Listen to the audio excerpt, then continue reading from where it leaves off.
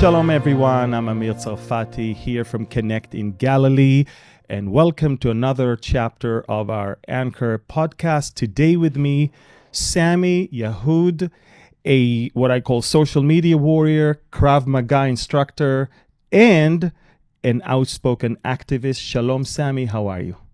Amir, thank you for inviting me. I'm doing great. You missed out a proud Brit. A to add proud to that Brit, list. exactly. But you moved to Israel. You're an Israeli right now. You speak Hebrew. I actually heard you speaking Hebrew, and I was impressed.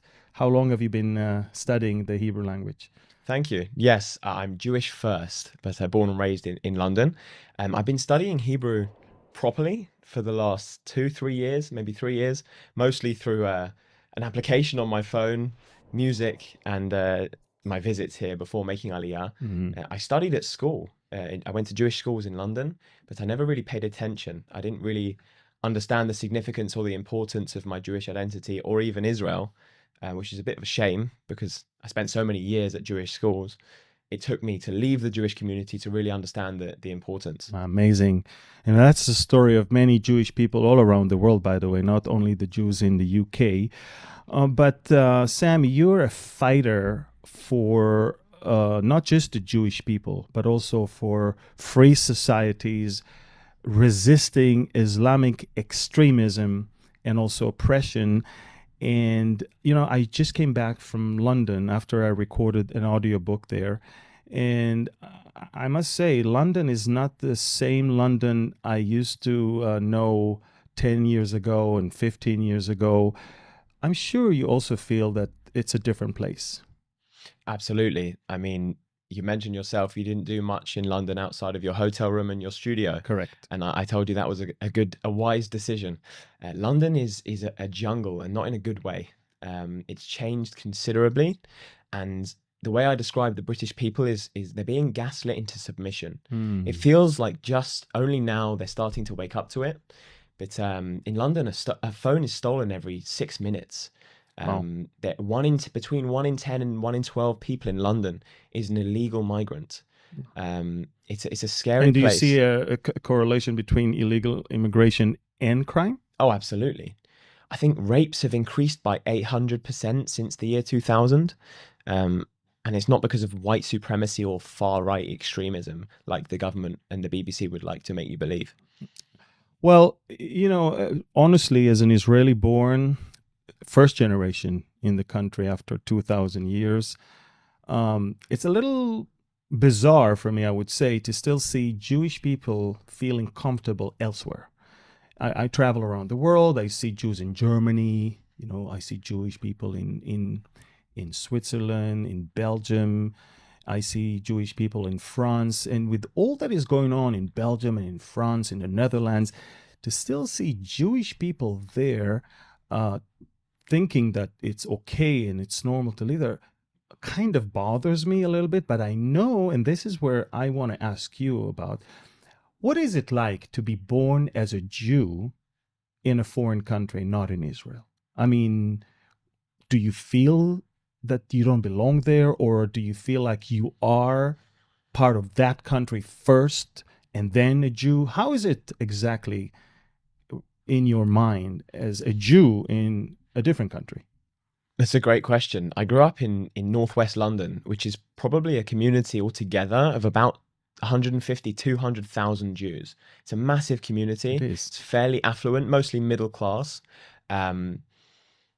It's an interesting reality because up until the age of 16, I was very much coddled and bubbled by that community. I never really left. I went to Jewish clubs, Jewish schools. But what makes it Jewish? That's my question. Jewish clubs and Jewish school, what makes them Jewish? Or how Jewish is it when it comes, and it shelters you from what exactly? Definitely sheltered me from the multiculturalism, the good and the bad aspects of it. But it just stopped me from realizing that there is a world outside of being Jewish. It's not all about learning the Torah. It's not all about religion. And it's not all about Israel. It's some to do with all of those things. but it was a school of Jewish people, Mm. at least for the vast majority. And likewise with the clubs, I went to Scouts, for example, and it was the Jewish Scouts. And up until the age of 16, I was very much coddled by this community. And then I left and went to public school. And at the time, I was still a little kid, quite honestly. I didn't really know my left and right. But I realized very quickly that I was vulnerable, that my background and my heritage was special, and it required protection. And So you felt persecution? I felt some persecution, but more isolation, Mm. alienation, less so than persecution, but I felt different immediately. Did you feel any anti-Semitism? Oh, for sure. Mostly from migrants at my college. I went to a mixed Muslim college. migrants mostly? Yeah. The Christians were always very pro-Israel wherever I went, whether it was the public high school and the university, but it was always the Muslims, always. Mm-hmm. Wow. I mean, it's hard for me to even grasp this whole thing. You know, as you said, it's not all about Israel, and it's not all about Torah, and it's not all about Hebrew. Here you are, you live in a foreign land which you don't count as foreign land. But you know, it's interesting. I just finished writing a book on Ezekiel, and when I reached Ezekiel chapter 36, I saw how God promised through the prophet to gather all the Jews back from the four corners of the world, back to the land of Israel. But then he said this: I am gathering them back from the place where they profane my name. And then God says through the prophet, they profane my name by ways of being in a foreign land. And the foreigners are asking them, aren't you God's people? Why are you not in the land? In other words, God took offense in the fact that his people are not back in the land that he designated for them. I think that tells the whole story of what we're looking at with the Jewish diaspora today. I think we are supposed to be an Ol Lagoyim, the light to the nations. We're supposed to set the example as supposedly God's people. And we're not doing that. I think today we're actually setting the example. Our middle class, comfortable and complacent diaspora communities are setting the example for exactly how Western society goes wrong. We are comfortable and therefore complacent, and we are acting exactly how we acted in the 1930s in the face of existential threats. These are strong words, but in the 1930s, to their defense, there was no State of Israel, there was no IDF. It was a very unstable place. God has not yet, as Isaiah the prophet says in chapter 66, can a nation be born at once? Can God bring Zion to deliver and not open her womb? In other words, it was an amazing, miraculous birth of a country overnight on May 14, 1948. And so up until then, maybe I can understand why people would be afraid to come to a, I guess, malaria and terrorism infested area that was not exactly that developed. Right now, this country is the leading country in almost everything. And yet there's about I would say 40% of the Jews worldwide are not in Israel. And I find it interesting, but I think I see a change right now. Do you see a change? Do you see a wake up, or do you think they're still asleep? I think, unfortunately and rather shamefully, the change is more of a push than a pull. And when I say that, I mean the Jew hatred around the world is the push, and people are less. That's why you see Tel Aviv. There's lots of French people because they understand. I think the British Jewish community where I grew up is one of the most comfortable because we were never occupied. The French Jewish community were occupied, and they understand what it means to have this existential threat really on their doorstep and through their door. The British Jews and maybe the American and Canadian Jews, I think, are the most comfortable because we haven't quite experienced that. And we're seeing the push send a lot of Jews to make Aliyah, but you just have to look at the Bible to see that only 20% of the Jews left Mitzrayim, left Egypt, left slavery under the commandment of God. you know, they say the devil you know is better than the devil you don't Yeah. know. I think there's an element of that. I always go back to the word comfort. It's all Mhm. comfort. Comfort zone. Your comfort zone is where you feel safe, but it's also where you stagnate and almost you regress. Um, and I think around the world, if there's great Jews, they're great usually despite the fact that they're Mm. Jewish. And in Israel, Yeah. you can be great because you're Jewish. Yeah. I agree with you. It stands, by the way, always with how people take the word of God in their lives. And to begin with, God intended all of us to live here, and He did bring us over here. And then we left Him, so He allowed us to be taken over and driven out of the land. And then we felt comfortable where we were and refused to come back. And the diaspora from Babylon was only of the tribe of Judah, basically. And for the rest of the tribes, they were all gone. But then here you are, and it's 2025, and almost 2 years into our most amazing existential war on 7 fronts on the ground. But then you have the information war, you have the media war, Mm. you have anti Semitism worldwide. This is by far the most challenging war Israelis have ever faced because we know how to fight the enemy on the ground. I think what we see now is that the media dimension and the worldwide reaction to what's going on here took so many Israelis by surprise. And this is where you come into the picture because one of the things that I notice about you is that you understand the power of social media. Not that you call yourself a social media influencer, but in essence, you do it. But it seems like something happened to you on October 7th in light of everything that was going on. Tell me, first of all, where were you on October 7th? I Where was did at it? home. You were at home in the UK, In London, in in northwest London. London, and I woke up to a call. My phone will never wake me up unless I want it to. It's across the room. It's on Do Not Disturb, and I'm getting a spam call from a friend here in Israel. She's a lone soldier, and she tells me to call my cousin. I call my cousin. He's one of 5 boys, and his father's a rabbi, and he still lives in northwest London. Um, And you called him, where was he? he calls me from Jerusalem. Mm-hmm. He's getting his gear on and headed straight to combat on the morning of October 7th. He calls me, he tells me, we're at war, you have to go to my house and wake my family up. You have to wake my parents up. And it's Shabbat morning, Yes, and his and the dad's a holiday. rabbi. Yes, And a it's holiday, it's a it's a exactly. it's a It's double Shabbat. yeah. So I was shocked, but I was halfway into the car and I'm still not understanding what's going on. And I get to his house, I wake them up, I put them on FaceTime on Shabbat Simchat Wow. Torah morning, and I'm sitting there on the other side of the camera crying, whilst he's speaking to his eldest son and his second eldest son, and he doesn't know when he'll speak to them again. But they're both younger than me. My younger cousins, they used to come to my house and steal my toys. And then they made Aliyah 5 years before me and both served and are currently serving to protect the state of Israel. Mm-hmm. That's where I was on the day. And then I did security later on that day for the Jewish community. Years before October 7th, I was teaching self-defense, Krav Maga.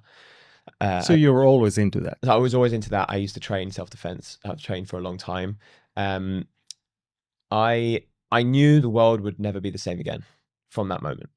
And that was sort of confirmed on the Monday morning when I went into my corporate job, a rather conservative environment in the center of London, and people were treading on eggshells around me.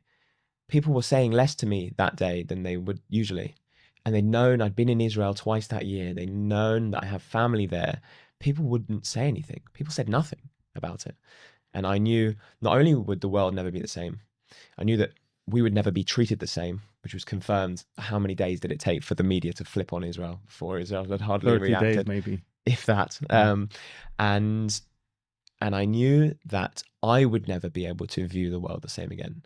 I would never be able to focus on something that wasn't my purpose, that wasn't for a greater cause, and that wasn't my consulting job. That was the fight that we were in. And I've always had this element of, I don't want to say guilt, but sadness, because I've got a rather bad injury on my spine, and I've had it since I was 17, and I've always wanted to serve in the armed forces here, and I can't as a result. So it delayed my aliyah by about 5 or 6 years, but also it gave me the feeling of added responsibility to do something on To find your own way the to, diaspora yeah, front. I understand. So I still felt like I wasn't doing enough teaching self-defense and doing security, etc., multiple times a week as volunteering. I knew for a few years that um, if I used my voice, if I used social media, I could spread a good message.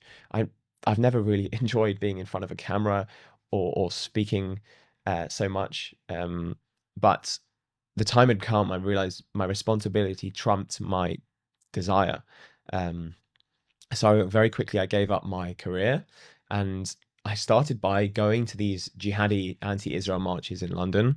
I was wearing a keffiyeh, which I already had from my travels, and I didn't buy one for the occasion. And I went and started interviewing the protesters, because rather naively I thought I can change people's minds. I can have a discourse with these people, which I was very quickly proven wrong. And I'm Very glad much I came so. to that conclusion pretty quickly. Mm. So I changed my approach. I realized the only way to confront these people, you see the weakest of the weak people. And there's two real types of people: the left, the hard left, and the hardline Islamists. There's no real in between. And the only way to confront them is by being strong and um sure of your moral compass. Yeah. And I think that's really what we're missing. Up until we had Trump, all of Western politics is this wishy-washy, pandering to both sides, not really doing anything sort of politics. Because the Trump is a man that when he sees evil, he calls evil evil. And when he sees good, he calls good good. For him, there is a good side and a bad side, and there's no way you can be wrong about that. And he's not politically correct, obviously. But you kind of saw the depth of the Muslim takeover in your country then, and it felt like you need to do something about it. Mm. I immediately saw, I've just made a video explaining what this weird phenomenon is: the Red-Green Alliance, the Socialist, Communist, and the Islamist Alliance. And that's like I just said, it's exactly what you see present at these jihadi marches from the very beginning. And it was very clearly coordinated. And I couldn't really get my head around it at the time. I'd actually just been to the places like Egypt and Mexico and witnessed very stark differences in reality and abundance and freedom, etc. I still couldn't get my head around why were they banding together. I read a bit more into it, and you see a very similar reality in pre-Islamic Republic Iran, with the socialist students teaming up Exactly. with the Islamists, and then guess what happens to the socialist students? And my conclusion was that the societies end up in the same end result. They end up with this weird and very tyrannical and oppressive two-class structure: the oligarchy government class with the billions, and then everyone else. And that's both the Islamist society and the communist society ends up that way.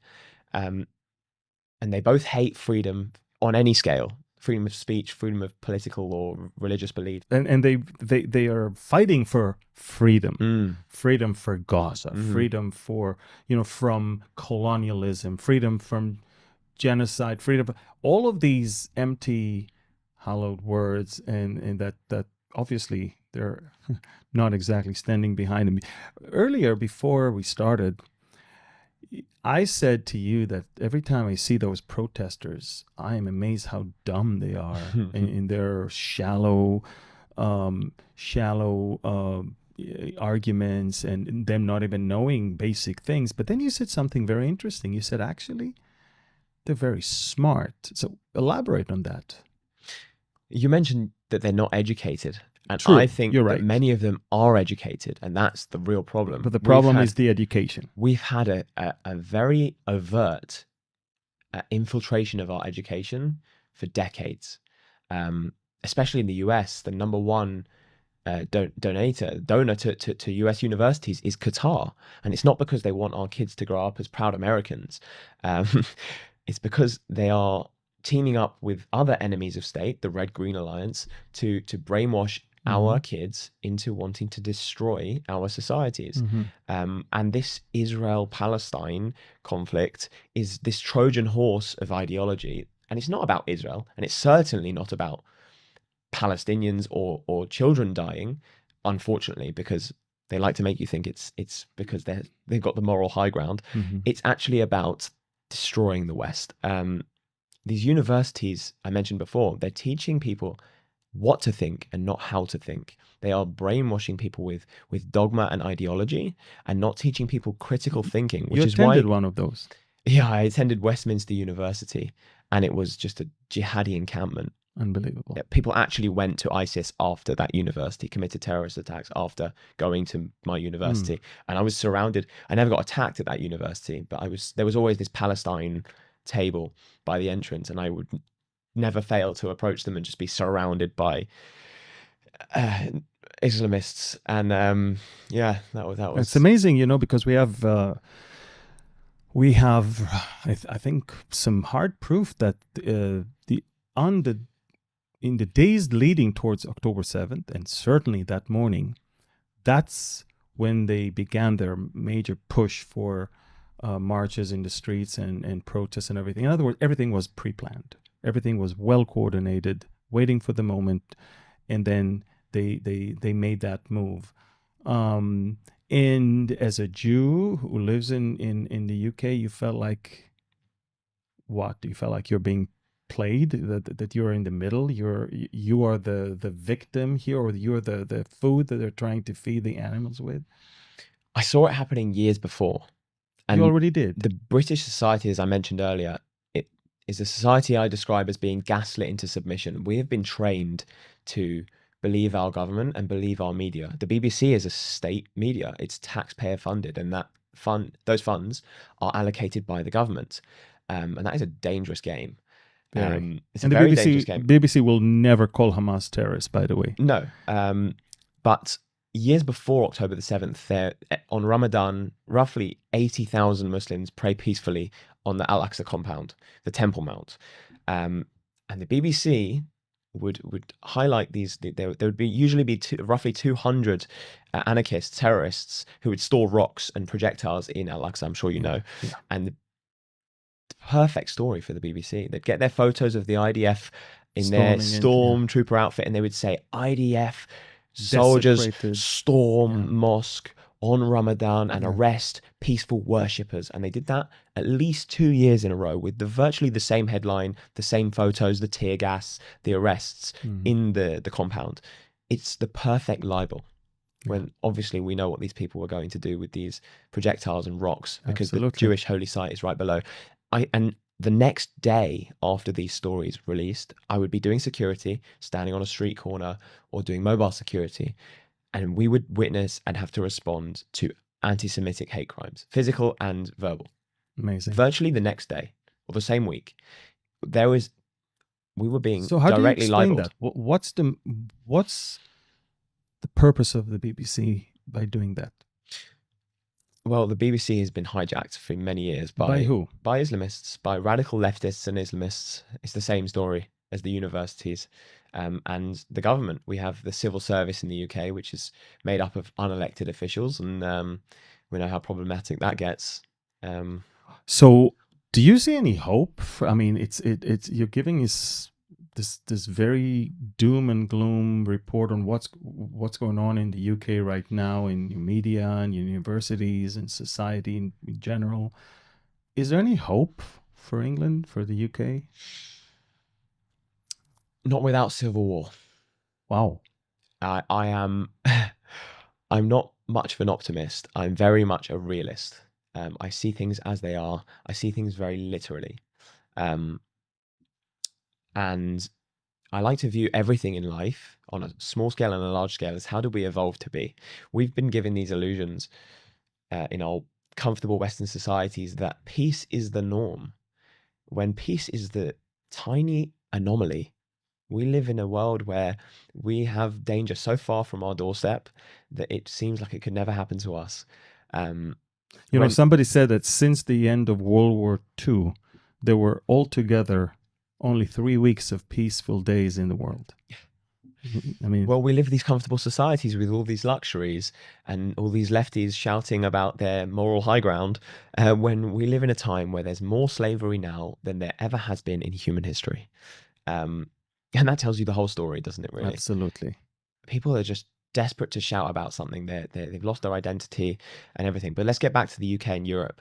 Um, I don't see a way with the power and the strength that the anti-Western party has in Europe and has in the The UK. UK. What about America? Well, America standing by and America is very much on the brink, and people don't want to admit it. That's why I'm going to America. I'm touring America. I actually fly on October 7th, and I'll be oh, on the East Coast for 5 weeks, hopefully Texas as well. Texas has a special place in my heart. your girlfriend is from Texas. She is, but also I spent about a month there before I even knew her. Oh, wow. I've never been to New York, never been to Miami, never been to LA, but I spent a month in Texas. Yeah. Don't ask why. But It's pretty sad to see what's happening in Texas, by the way, also. That the Islamic takeover there is on high speed. and that's coordinated. Of course, they would go after Texas because Texas and Florida would be the two states that would put up the most resistance. Yes. And if you break them, the rest is very easy. If Yeah. both of them are infiltrated and fall, then the rest is easy. Well, we've got Zoran Mahmoudi to be voted in. I hope not, but will be virtually the week I leave New York will be when that happens. So it could get Amazing. rather spicy while I'm there. And I don't think the jihadis are quite ready for my visit. But back to the UK, let's talk about it on a governmental and an actual control level, and talk about it on the ground level.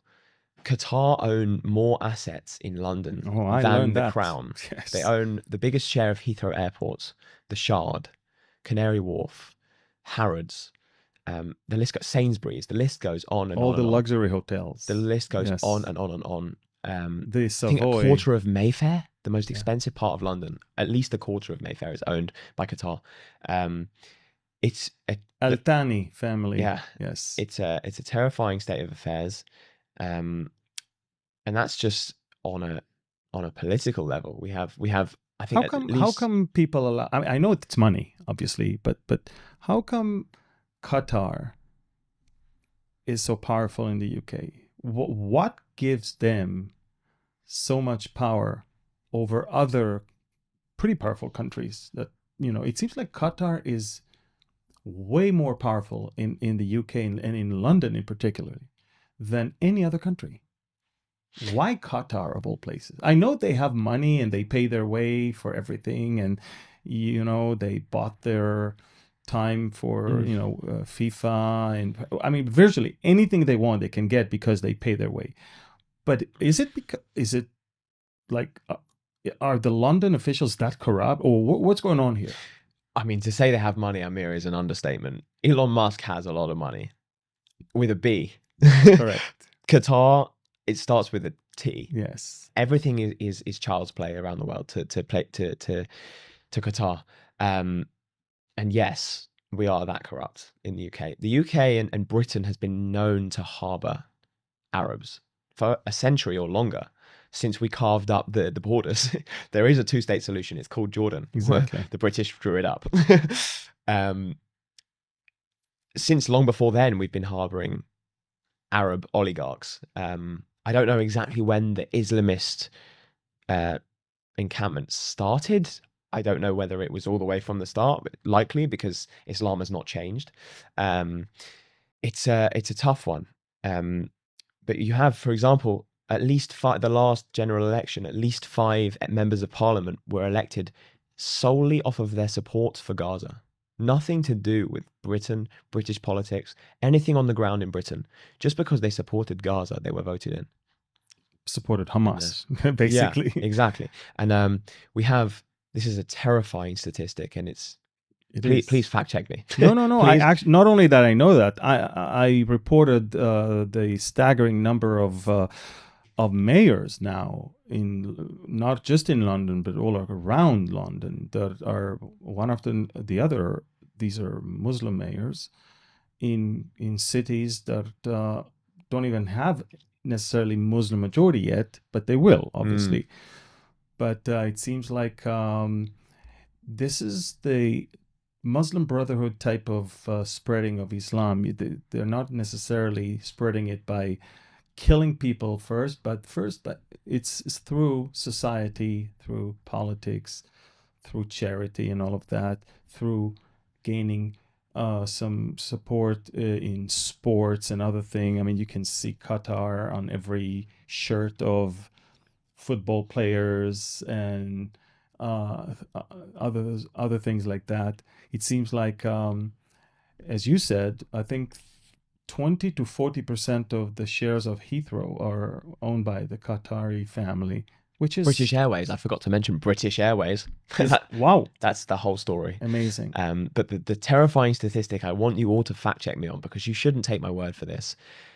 More British Muslims, so Muslims with British citizenship, have left and fought for ISIS than have fought for the British armed forces. Meanwhile, the king, Prime Minister Keir Starmer, and the London Mayor Sadiq Khan are all telling us how peaceful. thank you, British Muslims, for your contribution to society. You really, the diversity and no. We're being gaslit into submission, and the British people are only just waking up to this because of the coordinated government cover-up of the rape gang scandal, which is still going on.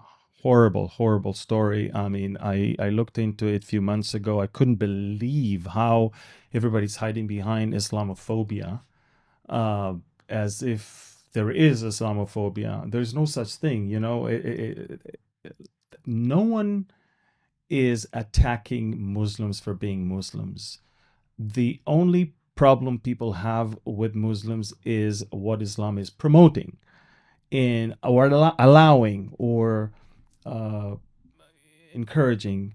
So let's get back to you. Obviously, Sammy Yahood is not exactly the name you were born with, but that's your name now. That's your newly created identity. And tell me about it. Creating a new identity. What for? Well, my name is Samuel, and my parents did like to call me Sammy. So Sammy is your name. Yes, Sammy is my name. But Yahood means the Jews in Arabic. Correct. I have some Mizrahi Jewish heritage from Egypt and Syria. My grandmother's first language was Arabic. But I was rather lucky. I went traveling. I took a little sabbatical off of my career. I went traveling in 2023. And Really? I went to places like Egypt, Jordan. I spent time in Israel before I made Aliyah. I went to Mexico. I went across the world. And when I went into Egypt, I learned a hell of a lot being in Egypt. Not only that Arab culture is a beautiful thing, but that Muslims are just as much slaves to Islam as Europeans will be. The word Islam means submission. Yes. And they throw the word Yahood around the dinner table, like the British throw the word wanker around even more so. It's so commonplace to call out Yahood. It's just like a little how do Americans, a cuss, a little slur. So I thought I'd reown it as a good thing. You can't call me a Jew and expect me to be upset about it. So that is my identity, Sammy Yahood. Anna Yahudi. I'm a proud Jew, very proud Jew. I have a tattoo of a Star of David right here. And I reclaim that identity. I went to Egypt, as I said. I learned a lot about the dangers of Islam, and like you said, there's no such thing as Islamophobia. That creates the picture intentionally that it's an irrational fear. Phobia is an irrational fear. Islam is a murderous ideology. Islam is an ideology that believes that people who do not submit to the will of Allah are not worthy of freedom or happiness or anything. They're not worthy of being even second-class citizens. And that's a murderous ideology. That is not an ideology that, as the Mayor of London would like to put it, is diverse and including and accepting. It's lies. And Muslims are allowed to lie to further Islam. There's a structure called taqiyya in Islam where they're allowed to lie, they're allowed to conceal and to disobey the laws of Islam to further Islam, which is exactly what the Mayor of London is doing to us. And it's So that's why I chose that identity, because I really wanted to lean into it. And I like to use the few Arabic phrases which I know to taunt the other side. And like I said, when I really realized that there's no changing these people's minds, I very quickly turned to we have to confront this threat, because I have a strong belief that the most dangerous people in society, aside from psychopaths, are the weakest people. The weakest people are the most dangerous people in society. And if you leave them unchecked, they will take over. From your high school bully to Adolf Hitler, these people are the most resentful, the most demoralized, the most jealous, and the most hateful. You don't get to a hateful place if you're strong Yes. as an individual and you're happy with your identity, and you know. So we have to confront these people, and this political correctness culture comes from the Soviet Union, because they don't want us to confront it. They want us to sit down and stay quiet. So, and that's where you became an activist, Right. basically. Rather than watching it from a side, you actually want to move forward to become a warrior, from a witness to a warrior, basically. What kind of activism are you involved with right now? So after I was doing those interviews, I started going and waking up the jihadi encampments at universities, because we can't let Waking them up in the morning, like at early 4 morning? a.m. with my Israeli music and my flags, calling them terrorists, calling a spade, which is, like you said, Trump does exactly what's been missing from politics. We need to have a strong moral compass. And if we're confident in our moral compass, then we know what an enemy looks like. Now, did you do it as a Jew or as an yes. activist on behalf of the free world or Both. West? Both. Very much both. Did you have non-Jews joining you? I did it in some occasions, but it was mostly Jews, because I was in mostly Jewish circles. And when I was teaching Krav Maga, it was mostly to Jews. So it was mostly Jews that joined me, but it was very much on equal standing as a Jew and as an Israeli, standing for Israel, but also standing for the truth, standing for free society, standing for Europe and Britain and Judeo-Christian values, because it's not about Jews, it's not about Israel, and it's certainly not about these fake Palestinians. It's about the destruction of all the values we hold dear. It's about the destruction of free, democratic, Judeo-Christian society. And we have to wake America up to the mistakes of Europe, because Europeans are waking up, but there will not be a fix without a civil war. This will not happen. There will have to be. Amazing. So you're basically saying Europe's hope is war, nothing else. And maybe then some world leader that will arise from Europe will bring peace. That will be something different. Now, you chose to leave and move to Israel. Leave the UK and move to Israel. Why? I mean, if you want to fight those things, why not staying there? There was a lot of pull for me to come to Israel, but also quite a lot of push. The Islamist control in Britain, as we've discussed, is very, very gripping. People have been, and not just Islamists, but the socialists, people have been arrested for what they've said on social media, whilst these Islamist rape gangs walk the streets free. And the politicians which excused them and covered up for them also are still in positions of power. So it's not that I didn't really feel safe in the streets. I didn't, but I'm confident in my own body and skin and ability to defend myself. That wasn't the problem. The problem was I can't do the work that I really know I should be doing from the UK. Being arrested is a death sentence for a Jew. Like Tommy Robinson. He was put in solitary confinement for his own safety, supposedly. But he was arrested on stupid charges which were nothing to do with the reason the government wanted him locked away. And he's one of the most successfully demonized individuals in history. He's no angel, but I'm no angel. Who is an angel? Why did I leave? Is because Jews belong in Israel. Jews belong in Judea. I was waiting for this. We belong here. There you go. Let's start with the start.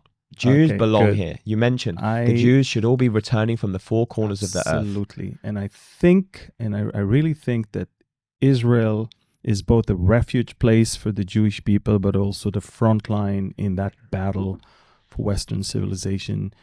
I think Netanyahu said that in almost every speech. He says, we fight for you, not only for ourselves. We're fighting for you, Europeans, for you, British, for you, Americans. This is where, if this line falls, that's it. And so we are barricading and we're pushing and we're standing firm here because we believe it's much more than just another country. It is, for even for Islamic mindset, this is the link that they have to break first in order for the flood to go and wash off everything else. Now, do you feel like things are different here? People are different here. We take things differently here than in the UK or in Europe? The perfect question, because honestly, probably the second most significant thing for me moving here was the difference in culture. I never really resonated with British culture so much, somewhat, but never wholly. I think the diaspora's biggest mistake, coming from comfort and complacency, is forgetting that we're not British Jews. We're not American Jews. We're certainly not German Jews. We're Jews residing in Germany, Britain, America. The culture is so different. And I wrote an article called Priorities, which is my Jewish lens on why Western society is going wrong and what we can learn from Israel and the Israelis. In the West, we have our priorities in the totally wrong order. We have our priorities as university degree, mortgage, pension, and that's shaped from our bubbles of society. And that leads to them being satisfied with one child and seeing population decrease to the point, by the way, in the UK, it's terrible. I mean, it's less than 2 children per family. It's closer to 1. Yeah. But yet in the Islamic circles in the UK, it's almost 8. Oh, 3 point something. Almost 8. Well, the numbers I posted today were staggering. You know what? Just a second. It's been a few months since I checked, so the Islamists have been hard at work. No, it's funny. I just posted about that today. There's a short video that really resonated with me about this thing. But then underneath the video, I actually, so here it is. Europe will fall in the next 100 years, warns Elliot. That's kind. Yes. And then he said civilization needs a fertility rate of 2.11 kids per, but European countries are already flirting with extinction, he claims. England is 1.6, he says. Yes, but then he said something about France. In large French cities, 45% of children under the age of 20 are Islamic now. At this rate, in 40 years, France... 40 years is nonsense. That's it. The world as we know it is just changing in a way that I feel is irreversible, and we're gonna see the outcome of that eventually. 40 years is nonsense. Yeah, it's 5 years. It's 5 years, yes. So we're talking about 8.1 in France. And as I said, almost half of the children under 12, I think, are now Muslims in France. So this is what I'm talking about. Our priorities for life in Israel are completely different to the degree, mortgage, pension, societal delusion that we have in the West. That exists here, don't get me wrong, because we have our creature comforts from our luxury. Yeah. But we have the existential threat to remind us constantly that we must reproduce, we must protect ourselves, and we must fight the existential threat. We have to fight to survive. That's the reality. That's what Golda Meir said. Golda Meir said, our secret is that we have no option. Amazing. This is it. I mean, she was very realistic. She said, this is it. We don't have any other option. This is what the secret is. When you have no other option, you fight. That's it. And we've forgotten, we've got too intelligent for our own good as human beings, especially in the West. We think we've outgrown the number one priority, and or somehow we feel like our societies take care of that preservation of life number one. Yes. And that doesn't just mean oxygen, food and water. It means reproduction. Yes. It means protecting ourselves. And I'm a strong believer that self-defense should be in schools. We've lost our way in the West, and that's what I'm going from this rudimentary sort of one man unplanned fight, which I was doing in the streets of London, to I'm trying to turn this into a movement of changing culture. And Israel and Israelis and the Jewish people is supposed to be, the nation of Israel is supposed to be a light unto the nations. We're supposed to set the example. And like I said, we're setting the example for exactly how Western society has gone wrong. We're extremely complacent. You speak to some middle-class, affluent Jewish family, they're more afraid of picking up a gun and learning how to use it than the Islamist who lives opposite their front door. Amazing. Think of that reality for one moment. If you told that to an Israeli, I don't know if they'd laugh or cry or both. We have to change the culture to remember where our priorities are. And I think not only will that make us much happier, but it will make us preserve our societies, which are really are on the brink. Within 2 years since the axis of evil vowed to bring utter destruction over Israel, to annihilate Israel, within 2 years, the entire leadership of Hamas is gone. The entire leadership of Hezbollah is gone. The Syrian regime is gone. The entire top brass of the Iranians is gone, and the entire government of the Houthis is gone. And I think that Israel today is the strongest it has ever been since it was born in 1948. We have Israeli troops in Lebanon, in Syria. We have Israeli troops in Judea, Samaria, and in Gaza. And we have Israeli undercover people on the ground in Iraq, in Iran, and in Yemen. Love them. Which tells you that the God of Israel is faithful to make sure that the enemy's plans to utterly destroy us will never come to pass. God said through the prophet Malachi, he said, I am God, I do not change. Therefore, you're not consumed, O sons of Jacob. Even when Israel was not faithful to God, and often they were not, yet God is faithful. And he said, I do not change. You may change. You may think I forgot you. Can a woman forget her nursing child? No. That's how I don't forget about you. I think it's good to connect people with, values and with the land and with the Zionist, principles. But my prayer is that the people will be connected back to their God also, and to their heritage, which is the Bible, which is so important. I think one of the biggest mistakes of Jewish people when they came to Israel in the 1920s and 30s, they started putting too much faith in their own ability to fight rather than God helping them. And before you know it, in the 1950s, Israel was super secular. And before you knew it, we began to worship our military and our politicians rather than our God. And then October 7th came, and in so many people's minds, the invincible, indestructible, and the super smart intelligence community of Israel was proven wrong. And I see now how there is an exodus of a lot of Israelis from hedonism, materialism, and secularism back to their roots. And that's, I think, one of the greatest things that I'm watching happening right now. Do you feel today in Israel, post-October 7th, when you see everything, do you feel more spiritual, more connected? I feel myself more spiritual and more connected. And I'm constantly developing that connection. I grew up traditional, but not religious. Judaism is the religion and being Jewish is the ethnicity, but they're unbreakably linked because this land is connected to God and this people.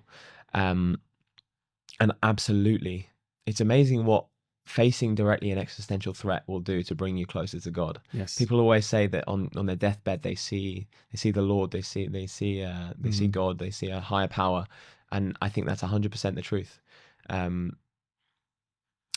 I think it's essential that we reconnect to the Torah and the Bible. And do you understand that when you see Christians supporting Israel, it's because they believe in the rights of the Jewish people over the land due to what the Word of God says. It's not that they were born Zionist or they're just pro-Israelis. in their nature, they have this strong conviction based on the Bible that this is the land of Israel. And that's the God of Israel that brought the people of Israel to the land of Israel, because he has hope and future for them, as in Jeremiah 29 it says. So it's, and that's, I think when you said Judeo-Christian values, those values are based on the Bible and nothing less than that. And I think the horrific illiteracy that I see in Bible, pure Bible. I mean, people don't even know the Bible nowadays. They cannot even pull verses and say, look, this is what I may think, this is what he may think, but that's what the Word of God says. And you said earlier, fact check me about you. I'm telling you, fact check me about God's word, his promises, and where we are today. And I dare every person that is watching this is not a coincidence. It's not like Israel was weak and now we became strong because we train our soldiers better. No, the God of Israel neither slumbers nor sleeps, and he is there fighting for his people because, as he said, he is the same. He does not change, and we're not to be consumed. And the enemy needs to learn the hard way, I guess. I mean, I always tell people, if the Bible says in the book of Jeremiah that as long as the sun, the moon, and the stars are there, Israel is a nation before me, then stop trying to destroy us. And if you do want to destroy us, then aim your guns and missiles to the sun, the moon, and the stars. Because only when they will no longer be there, then Israel will no longer be there. So we have to hold on to these promises, because these promises eventually are the promises that we see the fruit thereof. And look, we don't have, it's not like overnight the general staff of the IDF is now the perfect one, or the internal security service is the perfect one, and our government is the perfect. No, but he's the same. He's the same. He will remain the same. And that's the same God that, kept a remnant throughout Egypt and throughout the wandering in the desert, and even in the land, even in diaspora, and when he brought us, even through the Holocaust, when he brought us from that valley of dry bones. So I want to, ask you, if you're going to America very soon and you started speaking tours right now more and more, what is it that you have, what message do you have to Americans, for example? You're a British. I know that in Britain, in Europe, maybe they won't even listen to you, but Americans will listen to you. What message do you have for them?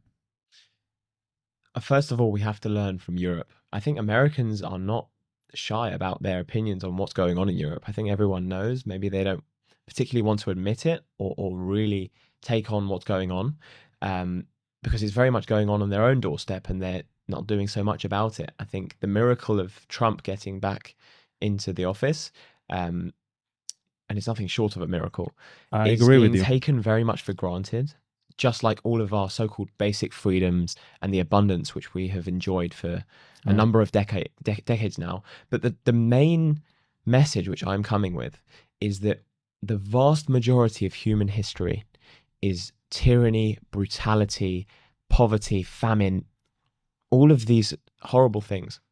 The vast majority. We have 1.5 million years roughly of humans which have had a relatively similar DNA structure and intelligence level to ours. And roughly 60 of those years have been with this level of comfort. And we're at risk of squandering it and throwing it away to tyranny, brutality, and an ungodly movement. Whether it is the Islamists, they might think they're godly, but they are run by an evil and murderous prophet, or the socialists, and we know that they're ungodly.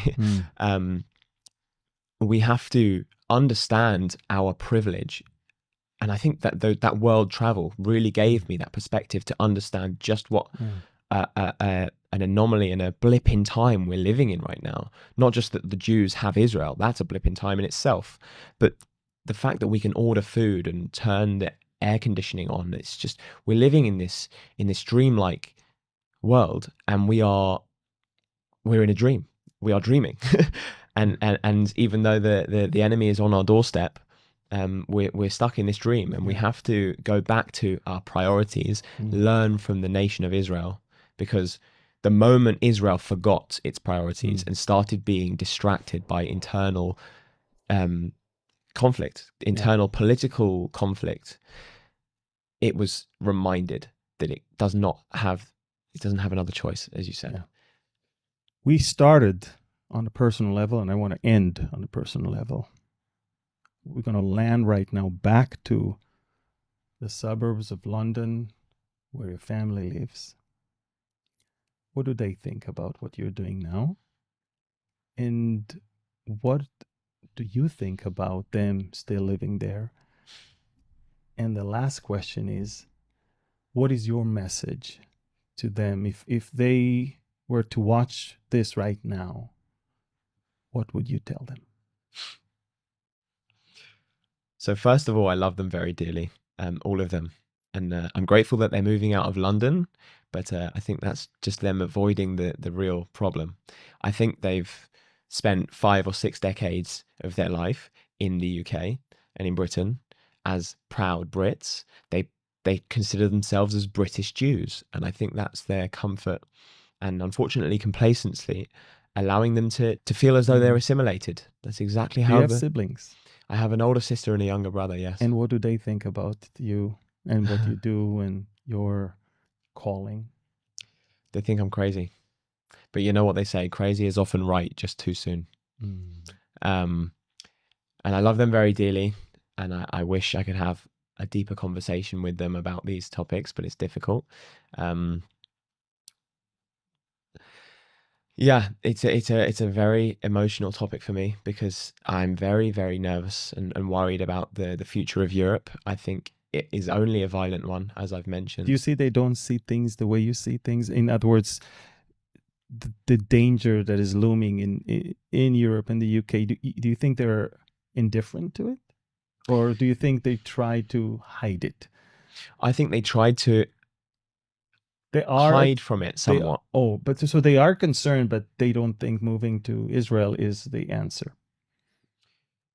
Yeah, they're definitely concerned. They're definitely concerned. I'm not sure how much they would understand of it if it wasn't for me. And they've told that to me. And I'm grateful that they do listen to me. They really do, because I'm very pushy. But luckily I'm very persuasive as well. And they hadn't visited Israel in 30 years before I made Aliyah, before I moved here. Wow. And I'm grateful that they have visited me twice since. Do they see any change in you since you moved here? Change in me? I think they see that I'm much, much happier, much more myself, Wow. and that I belong here. They've seen that I've really assimilated. I really wish that they see that. I think they do admit somewhat in themselves that there's no future. But they are so comfortable in their Britishness and in the structure of society. That's what I'm going to America to talk about. We are so comfortable with our societal luxuries and structures, be them the luxuries of ordering food or the luxuries of freedom of speech. Britain has lost freedom of speech, and America needs to be really terribly shaken by that reality, because whether you like it or not, Americans, we're the origin story. And I always say that Britain needed that 2.0 in our culture, and we really did, because we take ourselves a bit too seriously, amongst a plethora of other issues. Yes. But America has to be shaken, not terrified, because being terrified makes you paralyzed, and the Jews are a good example for that. When you have an existential threat, there is only a few valid options, and it's not freeze or fawn. For the Jews, it's fight or flight. And the Jews that are staying in the diaspora, the vigils and the galas, it's not enough. You have to fight, and if you're not interested in fighting, you should be setting the example for the other Jews by leaving and making Aliyah. It's not leaving, that's not fleeing, that's making Aliyah and coming home. Exactly. Or you should be setting the example to the British people or to the American people and fighting the evil that we are faced with. I always like to remind people that Nehemiah, he was in the palace of King Cyrus, and He had a pretty comfortable life. The king loved him. But the king saw how sad he is. He says, why are you so sad, Nehemiah? He said, how can I be happy when my city and my country are in ruins? And the king said, okay, so what do you want to do? He says, would you allow me to go and rebuild it? And the king said, well, I will, as long as you come back here, because I need you here. But he felt, the king could feel, the king of the greatest empire of those days could feel that the Jew away from Israel feels depressed and a fish out of his water tank. And so he sent him, and on the way, chapter 2, Sanballat, Tobiah, and Geshem, the Horonite, Ammonites, and the Arab, looked at Nehemiah and they mocked him. And you know what he answered? He said, you can mock me as much as you want, but it's because you have no heritage, no right, and no memorial in Jerusalem. That's why you will never understand us. Hundreds of years before Islam was even born, a Jew who made his way from Persia back to the land is being ridiculed by Arabs for loving a ruined city. And it's because they have no clue why this city is so important. And I think that that's the same problem today. People underestimate the importance of the land and of that city to the Jewish people.